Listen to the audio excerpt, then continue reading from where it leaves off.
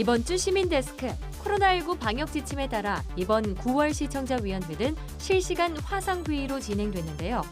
자유한건을 주제로 진행된 회의에서는 코로나19 여파 속 YTN 뉴스가 해낸 역할을 되짚어보는 의미 있는 시간을 가졌습니다. 또 차별금지법에 대한 심도 있는 취재와 보도를 바란다는 조언과 함께 불법 얼굴인식 채운계 실태를 집중 조명한 YTN 단독 보도에 대한 아낌없는 격려까지 들어볼 수 있었습니다. 오늘 내가 본 DMB 시간, 생태와 평화의 상징 DMZ 모습을 담은 YTN 특집 프로그램 희망의 땅 DMZ를 살펴봅니다. 시청자 여러분, 한 주 동안 안녕하셨습니까? 시민데스크 박광렬입니다. 고 최숙현 선수 사태를 집중 보도한 YTN 스포츠부가 지난 9월 한국기자협회 주관 기획취재부문 이달의 방송기자상을 수상했습니다. 또 전광훈 목사 방역 방해 의혹을 보도한 사회부팀도 취재부문 수상의 영광을 안았습니다. 이 같은 이관왕의 영예 시청자 여러분이 있었기에 가능한 일이었습니다. 엄중한 책임감을 되새기면서 앞으로도 보도에 최선을 다하겠습니다. 이번 주 시민데스크, 지난 한 달을 돌아보는 시간 9월 시청자위원회 소식 준비했습니다. 화면으로 만나보시죠.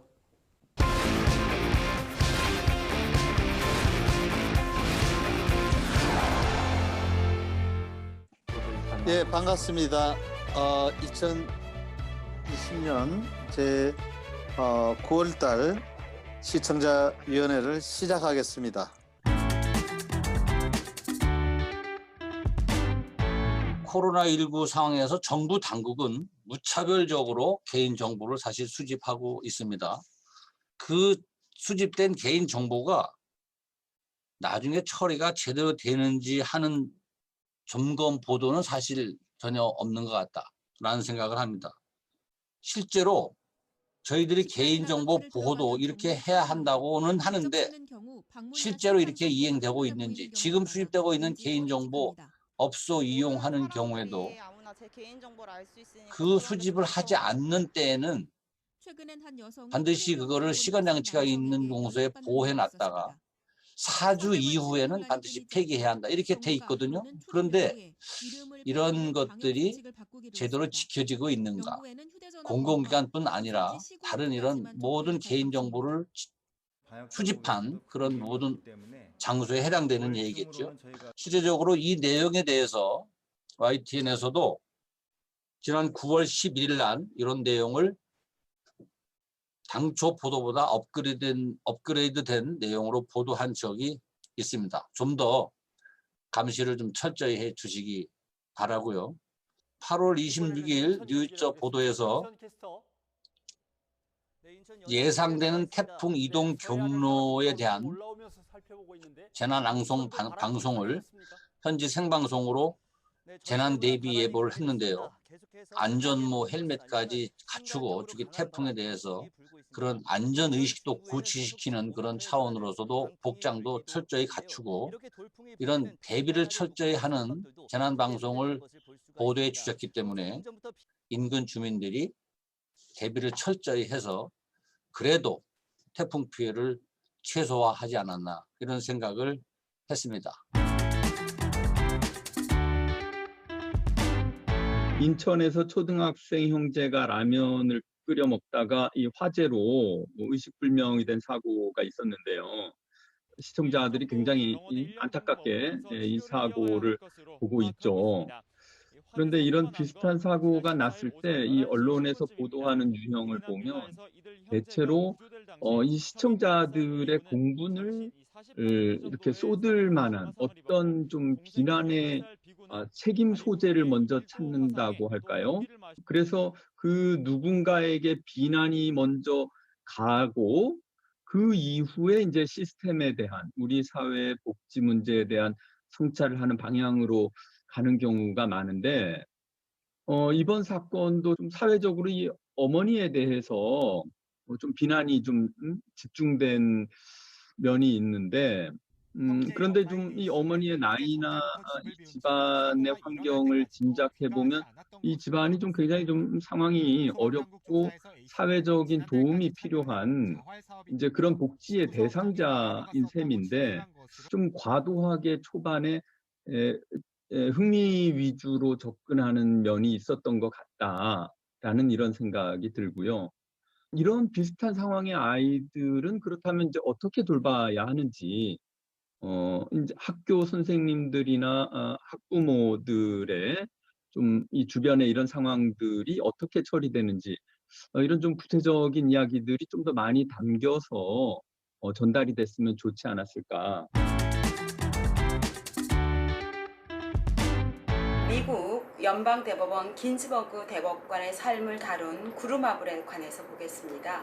저는 어릴 때 아이들과 그 종이 위에 보드게임으로 부루마블이라는 게임을 하면서 가상의 세계 여행을 많이 이제 하는 그런 추억이 있는데요. 이번에 구루마블, 굴러다니는 세계 여행 이런 제목으로 세계 각지의 뉴스를 전하는 그 구루마블을 보면서 굉장히 제목도 참신하고 창의적이다 이런 느낌을 가졌습니다. 그 긴즈버그 대법관의 삶을 다룬 그 내용은 삶을 통해서 긴즈버그 대법관이 어떻게 소수자를 위해서 차별을 깨고 판결을 통해서 역사를 바꿔왔는지 그런 감동뿐만 아니라 미국 대통령이 가지는 그 대법관 지명권, 또 대법관의 종신직, 지명 방법 이런 여러 가지 정치적인 맥락까지 알 수 있는 굉장히 유익한 프로그램이었습니다. 또한 그 구루마블 보도를 함에 있어서 기자나 리포터가 직접 내용을 언급하는 것이 아니라 영상과 화면에는 번역 자막을 띄움으로써 잔잔한 흐름으로 한편의 영화를 보는 것 같은 그런 감동과 유익함을 가질 수 있어서 매우 즐거웠습니다. 아스팔트 위에 한 남성이 쓰러져 있었고 아직 위급한 상황임에도 119 차량은 오지 않은 그런 상황 속에서 약사 인근에 있던 그 약국의 약사가 심폐소생술을 하고 시민들이 발빠르게 대응해서 결국 그 심정지 상태에 있던 시민이 다시 살아나고 또 심장이 다시 박동을 하는 그런 즐거운 그리고 굉장히 감동적인 장면을 볼 수 있었습니다. 요즘 우리 뉴스를 볼 때마다 대립과 갈등의 국회, 분열된 정치 현실, 갖가지 사건, 사고 소식, 그리고 끝나지 않은 코로나19 때문에 전 국민이 우울함 속에 있는데 이렇게 볼 때 힘이 나고 감동적인 뉴스를 봄으로써 다시 한번 우리 국민들이 희망을 가질 수 있는 그런 뉴스였습니다. 따라서 여러 가지 사건, 사고로 인해서 우울해지는 그런 뉴스가 많을 수밖에 없는 상황이지만 반드시 하루에 한 건 이상 힘이 나고 감동을 주는 좋은 뉴스를 꼭 하나씩 이렇게 지속해 주셨으면 좋겠습니다. 저는 오늘 지난 시청자위원회 회의에서 자주 나왔던 YTN 보도에 대한 시청자위원님들의 지적을 좀 이렇게 정리해보고 얼마만큼 YTN이 변화해왔는지 좀 정리해보는 시간을 갖고 싶었습니다. 그래서 제 생각에 가장 많이 지적이 됐던 부분은 YTN 그 뉴스 프로그램의 대담 코너에서 출연하는 이 패널들의 양과 질 문제가 우리 많은 위원님들께서 자주 지적해 주셨던 것 같아요. 그래서 일부 패널이 너무 반복해서 출연을 많이 하고 있고 또 그에 따라서 전문성이 결여된 대담이 이루어지고 있다. 또 어떤 이슈에서는 사실 당사자성이 굉장히 중요한데 그런 부분이 부족하기도 하다. 또 일부 패널은 편향적이라는 지적도 꼭 우리 시청자위원이 아니더라도 많은 시민들로부터 지적되기도 했습니다. 사실 이런 질문은 뉴스 프로그램에서 반드시 꼭 대담 코너가 그렇게 많이 필요하느냐, 지금 너무 대담에 많은 비중을 할애하고 있는 것 아니냐, 이런 좀 본질적인 부분까지 물어보는 질문이 될 텐데요. 사실 조금 더 심층적인 보도, 그리고 탐사 보도, 그리고 앵커나 기자를 통해서 그 언론사 스스로의 시각이나 관점을 드러내는 논평, 이런 좀 더 책임성이 있는 시간으로 대담을 대신해야 하는 것 아니냐, 이런 이제 문제 의식까지도 연결이 되는 것 같습니다. 이 부분에 있어서는 제가 개인적인 생각에는 YTN이 빠르지는 않았지만 우리 시청자위원회에 약속해 주신 것처럼 장기간에 걸쳐서 개선이 계속되고 있다고 생각을 합니다. 앞으로도 YTN이 이런 부분에 조금 더 신경을 써서 뉴스가 꼭 틀에 박힌 그 대담, 지금까지의 대담에 꼭 뉴스가 의존할 필요 없다는 것을 앞으로도 YTN이 증명을 해주셨으면 좋겠습니다. 또 두 번째로는 뉴스의 다양성이 조금 더 확보됐으면 좋겠다는 의견이 많았던 것 같습니다. 이거는 이제 뉴스의 다양성은 장르나 포맷상의 이제 다양성도 있을 것이고 개별 보도에서 다루는 아이템의 이제 다양성도 있을 것인데 그동안 많은 위원님들께서 이게 우리나라 언론 전반의 특성이긴 한데 너무 정치 보도가 많다. 조금 더 다변화를 해서 국제 뉴스, 환경 뉴스, 인권 뉴스 뭐 이렇게 또 문화 예술 분야의 뉴스 이런 것도 잘 나갔으면 좋겠다 이런 말씀을 많이 해주셨는데 사실 이 부분은 여전히 조금 더 개선의 여지가 필요한 것 같고요. 다만 최근에 이제 매체가 다변화되면서 굉장히 다양한 시도가 이루어지고 있는 뉴스의 포맷, 장르상의 다변화는 YTN도 최근에 어떤 경향을 따라가려고 굉장히 노력하는 것 같습니다. 역시 뉴스가 있는 저녁이 대표적이고요. 또 최근에 이제 새로 시작한 뉴스멘터리 전쟁과 사람이라는 프로그램은 저도 굉장히 애청하고 있는데 이게 사실 타 방송사에서 이제 굉장히 인기리에 방송이 되다가 갑자기 종영된 프로그램에 일부 포맷과 일부 출연진이 그대로 오신 거라서 굉장히 과감한 시도를 했다고 생각합니다. YTN이 그렇게 한계점이 있음에도 불구하고 그런 포맷을 가져와서 다시 한번 새로운 시도를 한다는 점에서 이 장르와 포맷상의 다변화에서는 YTN도 최선을 다하고 있다 이런 생각이 들었습니다. 지금 그 새로운 어떤 그 우려 뭐냐면은 코로나19가 그 앞으로 짧은 시간 안에 이게 그 잡혀지지 않을 것 같다는 것, 적어도 올해 넘어가서 내년까지도 이제 갈 수 있는 그런 가능성이 크기 때문에 최근에도 겪었던 것처럼 한 차례 위기가 왔다가 잠잠해졌다가 다시 위기가 오고 이것이 또 날씨가 추워질 때 다시 위기가 올 수도 있는 이 계속 반복이 될 수가 있는데 우리가 이제 유럽 국가들에 비해서 그 대처를 굉장히 잘하고 피해를 많이 줄였던 것 우리가 모두가 스스로에게 이제 박수를 보내고 우리가 이제 자축을 해도 되는 일이지만은 역사에서 보면은 영원한 승리는 없었던 것 같습니다. 유럽 사회 같은 경우에는 워낙에 그 피해를 크게 겪었기 때문에 그 사이에 이 비대면 사회 그러니까 워낙 오랜 시간 동안에 집단 격리 생활을 했기 때문에 비대면 사회 앞으로 도래할 비대면 사회에 대한 어떤 우려 그다음에 기대할 점 이런 것들에 대한 연구가 굉장히 많이 앞서 있다는 것을 제가 이제 느끼고 있습니다. 재택근무라든가 그다음에 그 화상 수업이라든가 등등 말이죠. 근데 그런 거에 비해서 상대적으로 코로나 대응을 잘 하다 보니까 한국의 경우는 거기에 대한 대비책이 유럽 국가들보다 지금 부족하다는 것이 느껴지고 있습니다. 유럽 국가들에서는 최근 몇 개월 동안에 걸쳐서 재택근무, 화상 수업을 포함한 여러 가지 비대면 사회를 경험을 하면서 앞으로 사회가 이렇게 도래할 것이라는 것, 그다음에 그랬을 때 기업 차원에서는 어떤 그 불이익이 있고 수익이 어떤 변화가 있고 이런 것들에 대한 연구가 굉장히 돼 있는데 그것이 부족하다는 그런 차원에서 앞으로 언론에서도 지속적으로 이쪽으로 이제 국민들이 관심을 갖게 하는 언론의 경영 차원에서도 물론이겠습니다만은 우리 사회에서 많은 사람들이 관심을 이쪽을 갖게 하는 그런 그 보도라든가 등등 캠페인이라든가 이런 것들을 좀 관심을 가져주시면 어떨까 이런 생각을 하게 됩니다. 김호준 기자가 단독 보도한 그 자동 그 스마트 패스 체온 측정기에 대해서 조금 말씀드리고자 합니다. 보통은 단독 보도라고 하면 일회성에 그치는 경우가 많은데 이번은 단독이라는 타이틀을 달았지만 사실상 심층적으로 그 기획해서 끝까지 이 문제를 그 파헤치면서 무엇이 문제이고 제도적으로 어떻게 나아가야 되는지에 대한 얘기들을 쭉 해줬던 것이 저는 새롭다고 생각하고 있습니다.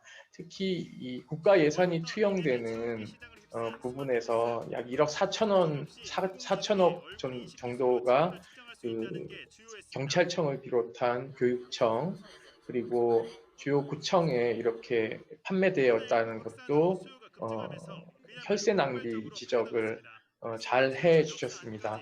아울러서 그 대중들이 이용하는 그 교통시설이라든가 극장, 공연장 이런 것도 엉터리 체온계가 설치됨으로 인해서 방역에 구멍이 뚫렸다는 것을 연속적으로 지적해줘서 좋았습니다. 그리고 또 스튜디오에 출연해서 이 채용계의 문제점들을 잘 지적해 줌과 동시에 그 식약처가 고발만 하고 소극적으로 행동하고 해수 계획이 없다는 것에 대해서도 심층적으로 취재를 해주셨습니다. 나아가서 이 보도가 있은 지 14일 만에 식약처가 압수수색을 해당 업체에 대해서 했고 수사를 벌이고 있다는 것도 저는 매우 잘 지적한 보도라고 생각합니다. 아울러서 이것이 솜방망이 처벌이 되지 않고 확실하게 제도 개선이 되고 처벌되고 또 해소되는 것까지도 끝까지 좀 추적해서 보도해 주십사 하는 바람이 있습니다. 코로나 시대에 대비해서 YTN이 심층적으로 이 대담 프로그램을 진행하는 것은 매우 긍정적이라고 생각하고 있습니다. 특히 전문가를 스튜디오에 모셔서 대화하는 것도 중요하지만 일방적으로 정보를 듣는 것이 아니라 YTN 내부에서 유재복 해설위원이라는 분이 아주 심층적으로 대중이 잘 이해할 수 있게끔 심층적으로 대중이 이해할 수 있는 언어로 다시 소화해서 설명하는 것은 저는 매우 바람직한 보도 행태라고 생각하고 있습니다. 앞으로도 유재복 해설위원회 대담 프로그램도 길게 가는 것도 중요하지만 유재복 해설위원이 이야기하는 중요한 멘트들은 뉴스 곳곳에서 좀 활용하는 방안도 저는 좀 더 긍정적으로 좀 검토해 주셨으면 하는 바람입니다. 세간에는 보통 보수 언론, 진보 언론이라는 말을 씁니다. 요즘은 언론계 내부끼리도 씁니다. YTN도 마찬가지더군요. YTN도 보수 언론들은 보수 언론의 보도에 의하면이라는 표현을 자주 씁니다. 그렇다면 YTN은 보수 언론입니까? 진보 언론? 보수 언론도 언론이고 진보 언론도 언론입니다. 언론을 사회의 목탁이라 합니다. 목탁이 세상 사람을 바르게 깨우쳐 올바르게 인도하듯 언론도 세상 사람들에게 내 편이 아닌 오로지 사실만을, 오로지 진실만을, 오로지 불평부당하게 보도해야 합니다. 저는 개인적으로 보수와 진보로 세상을 나누어 보는 것에 동의하지 않습니다. 불편하다는 생각도 같습니다. 세상의 다양한 생각을 단지 두 개의 틀로 가둘 수 있겠습니까? 다양한 스펙트럼을 인정하고 조화를 이루며 함께 살아가는 사회 구성체를 만들어야 한다는 생각입니다. 보수 언론이든 진보 언론이든 한쪽에 눈을 감는 순간 세상의 절반밖에 볼 수 없습니다. 또 세상 절반의 시청자를 놓칠 수 있습니다. 오로지 국민, 시청자에게 사실의 확인, 올바른 정보 제공, 진실, 그리고 공동체의 발전을 위해 존재해야 합니다. 그것이 목탁이 존재하는 이유와 같이 언론의 존재 이유입니다.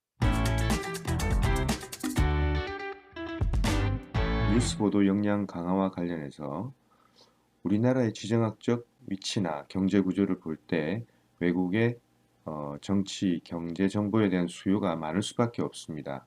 그러나 국제 뉴스를 차분히 그리고 정확히 분석해서 시청자들의 높아진 요구를 충족시킬 수 있는 역량은 너무 약한 것 같습니다. 그러다 보니 속보 수준의 외신을 번역해서 뉴스로 만들거나 외신을 번역하는 것도 모자라서 외신에서 어떤 이슈를 보도한 것 자체를 뉴스로 만들어 보도하거나 국내 정치권 또는 기관에서 다분히 의도적으로 오역한 외국 인사들의 발언을 전달하는 수준에 그치고 있는 것 아니겠습니까? 물론 YTN만의 문제가 아니라 우리 언론 전반의 문제이긴 하지만 그러한 사실이 위안이 될 수는 없다고 생각합니다. 지난 7월 이후 YTN에서 뉴스멘터리가 시작이 되어 내심 기대를 많이 하고 있습니다. 하지만 처음의 기대와는 달리 과거 역사와 관련된 다큐멘터리 시리즈가 되어가고 있어 안타까운 마음도 있습니다. 뉴스멘터리라는 신조어를 사용하는 프로그램이라면 적어도 뉴스에 관련된, 특히 국제 뉴스와 관련된 자료의 심층적인 분석이 바탕이 되어 이를 다큐멘터리 형식을 빌어 보도하는 플랫폼으로 사용할 수 있을 것이라고 생각이 합니다. 앞으로 코로나19의 극복 과정에서 나타나는 많은 국제사회의 변화와 이와 연관된 각국의 정치, 글로벌 지정학적 변화 등에 좀 더 포커스를 맞추어서 시간이 바빠서 충분히 다루지 못한 내용들을 찬찬히 풀어내는 그런 프로그램이 될 수 있기를 바랍니다. 최근에 이제 차별금지법이라든지 혐오 표현이라든지 사회적인 어떤 소수자들의 목소리들이 굉장히 이제 뭔가 평등하게 대우받을 것들에 대한 사회적 욕구가 커지고 있고요. 그런 측면에서 차별금지법이 이제 발의가 됐습니다. 물론 그게 예전부터 계속 발의되었던 것에 이렇게 연장선에서 아주 많이 바뀌지는 않았는데요.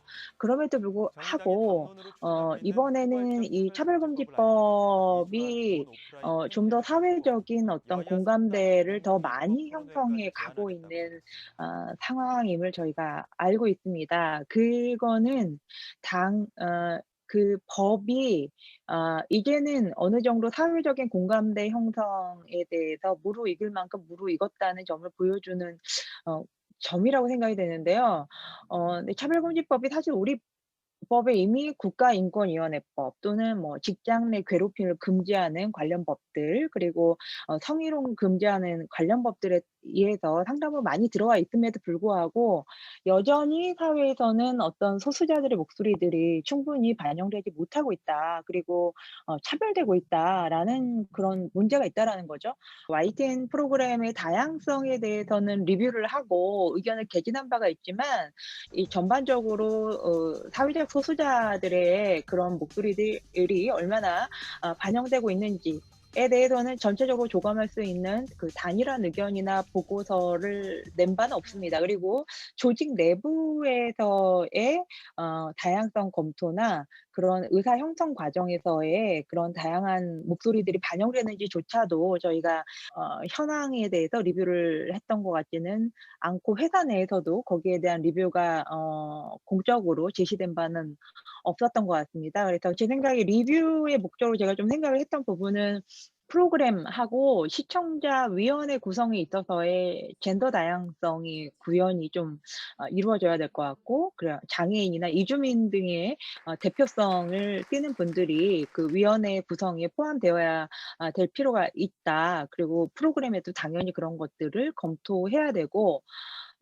구성원에 있어서도 이 다양성의 측면에서 어떻게 구성되어 있고, 그리고 비정규직 등의 근무 형태들을 모두 다 리뷰를 해서 어떤 식으로 근무를 하고 있고, 그리고 주요한 의사결정 기구에 있어서 이러한 소수 대표성을 띠고 있는 분들이 참여하고 있는지 등등을 리뷰를 해서 그런 것들이 구성원들의 삶의 질에 어떻게 영향을 줄 수 있는가, 이런 업무 다양성까지 조금 검토하는 보고서가 나올 수 있으면 좋을 것 같습니다. 뉴스가 있는 저녁 같은 경우는 사실 동일 시간대 짧은 시간 내에 이용자의 인식에 그 정도 자리 잡는지 보통 일은 아니거든요. 그런 점에서는 YTN이 상당한 능력을 갖추고 있고 상당히 준비가 되어 있는 조직이라고 생각합니다. 그래서 그 덕분에 상당히 YTN의 전체의 뉴스가 고급스러워졌고 조금 더 편한 분위기로 만날 수 있고 친절하다는 그런 느낌을 주긴 했습니다. YTN의 전체 분위기로의 확산 이런 것은 조금 이루어지지 않지 않았나라는 생각입니다. 그래서 뉴스가 있는 저녁 자체가 오히려 YTN 전체에서 굉장히 낯선 영토인 것 같다라는 그런 느낌마저 같습니다. 그래서 채널 컬러를 어떻게 좀 바꿀 수 있을까라는 생각을 했는데, 제가 이런 생각을 한 데는요. 지금 뭐 대학도 굉장히 비슷한 고민들을 가지고 있는데요. 이 코로나 바이러스 기간 동안에 사실은 대부분의 대학들이 새로운 출발점에 같이 서게 되었다는 사실입니다. 그래서 누가 이 새로운 선에서 먼저 빠른 출발, 좋은 출발을 할까라는 것이 또 새로운 사회에서 먼저 누가 선도하게 되는가 그런 게임으로 바뀌게 되었다는 것입니다. 어쩌면 후발주자들에게는 굉장히 좋은 기회라고 생각을 합니다. 그래서 오히려 YTN이 최근에 겪고 있는 조직 정체성, 공공방송으로서의 그런 부분들을 선도하는 책임의 문제, 이런 부분들을 좀 더 인식하고 그래서 좋은 기운이 전체로 확산되는 그런 부분이 좀 있었으면 좋겠다라는 그런 생각입니다. 예, 고맙습니다.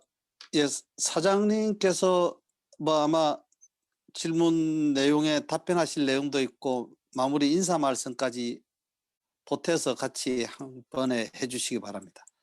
네, 오늘 보도 내용들에 대해서 이렇게 주신 말씀들은 우리 보도국장, 보도제작국장, 그리고 디지털 센터장, 그리고 기술국장 등 현업 파트, 그리고 시청자 센터 등에서 적극적으로 반영하기 위한 그런 노력을 할 것으로 예상이 되고요.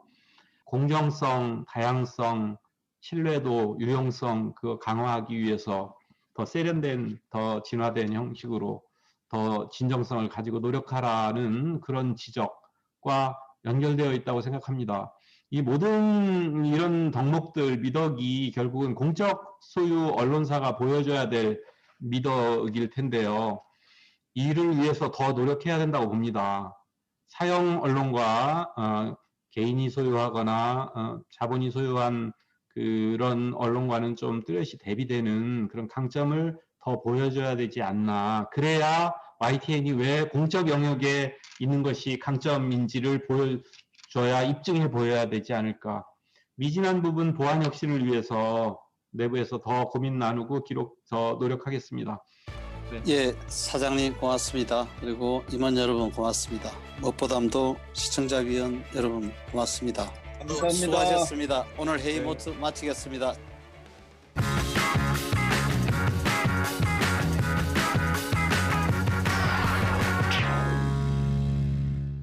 YTN DMB에서 방영되는 프로그램을 평가하는 내가 본 DMB 시간입니다. 오늘은 마지막 냉전의 유산이자 자연 생태계의 보고인 DMZ 모습을 담은 YTN 특집 프로그램 희망의 땅 DMZ를 살펴보겠습니다. 정은정 평가원 의견 직접 들어보시죠.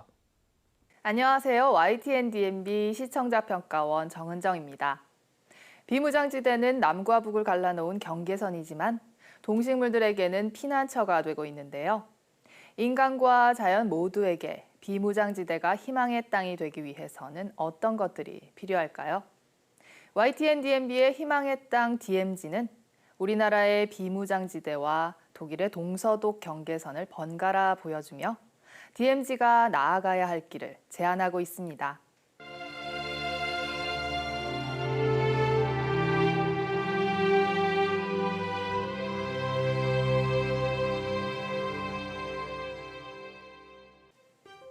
독일의 그린에스반트는 동서독의 경계선이었던 곳으로 통일 후 자연 생태계가 더욱 건강해져 이제는 유럽을 대표하는 생태 보호 구역이 되었다고 합니다. 동독과 서독을 나눴던 공간이 지역 주민과 미래를 위한 자원으로서 다시 태어난 것입니다. 분단으로 멈췄던 증기 기관차가 하르츠 산맥을 다시 달리는 모습은 특히 인상적이었습니다. 새로운 개발을 피하고 원래 있던 철로를 활용해 동서독의 경계선이 가진 매력을 극대화시켰습니다. 우리나라의 비무장지대도 통일이 되기만을 기다릴 것이 아니라 사람들이 좀 더 많이 찾아와 DMZ의 여러 가지 매력을 느낄 수 있도록 했으면 좋겠다는 생각이 들었습니다. 잘 알려지지 않았지만 비무장지대에서만 접해볼 수 있는 것들이 많기 때문입니다. 미군 기지였던 캠프 그리브스의 여러 가지 프로그램을 체험하고 12코스의 평화 놀이기를 걷다 보면 우리가 잃어버린 것들 못지않게 우리만이 가진 것들이 많다는 것을 느끼게 될 것입니다. 희망의 땅 DMZ는 남과 북의 경계선인 비무장지대가 통일이 된 후에도 역사적 의미와 생태계를 간직한 채 아름답게 보존될 수 있는 방법에 대해 생각해 볼 기회를 줬습니다. 우리나라의 비무장지대도 통일 후의 번영과 생태적 미래의 상징이 될 날을 기대해 봅니다. 시민데스크는 시청자와 함께 만들어갑니다. 보도와 프로그램에 관한 여러 의견들 시청자센터 홈페이지 게시판에 남겨주시고요. 저는 다음 주 더 알찬 소식으로 돌아오겠습니다. 시청해주신 여러분 감사합니다.